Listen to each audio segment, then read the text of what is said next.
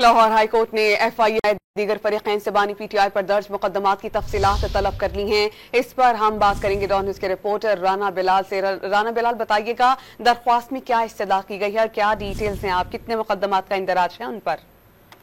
دیکھیں، بانی PTI نے اپنے لیگل ٹیم کے ذریعے لاہور ہائی کورٹ میں ایک درخواست دائر کی ہے، جس میں انہوں نے یہ کہا ہے کہ ان کے خلاف سیاسی بنیادوں پر جھوٹے مقدمات میں انہیں ملوث کیا جا رہا ہے اور درجنوں مقدمات پہلے ہی ان پر مزید مقدمات درج کیے جا رہے ہیں۔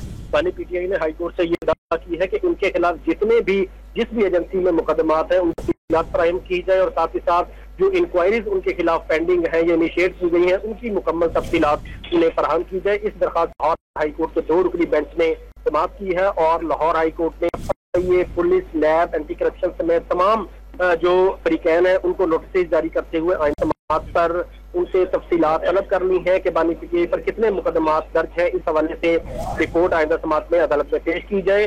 بانی PTI کے وکیل کی جانب سے یہ موقف اختیار کیا گیا تھا کہ ان کے خلاف جو مقدمات درج کیے جا رہے ہیں وہ سیاسی ہیں اور یہ مقدمات درج کرنے کا سلسلہ جو ہے وہ ابھی بھی جاری ہے۔ تو لاہور ہائی کورٹ نے نوٹس جاری کرتے ہوئے تمام فریقین کو آئندہ سماعت پر رپورٹ پیش کرنے کی ہدایت کی ہے۔ بہت شکریہ رانا بلال، آپ نے ہمیں اپڈیٹ کیا۔